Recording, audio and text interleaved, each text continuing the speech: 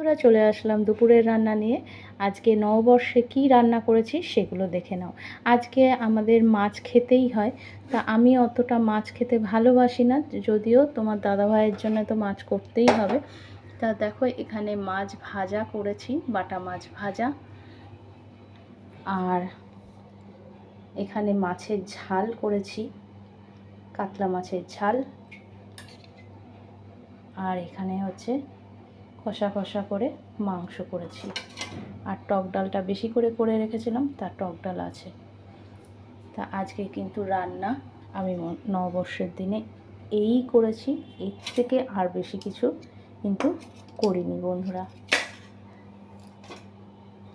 তা কমেন্টে জানিও আজকে আমার রান্নাটা তোমাদের কেমন লাগলো, আর তোমরাও কি রান্না করেছো সেটা কিন্তু জানাতে একদম ভুলবে না। আর ভালো লাগলে লাইক কমেন্ট শেয়ার করতে একদম ভুলো না। আর আমার চ্যানেলটাকে সাবস্ক্রাইব করে দিও।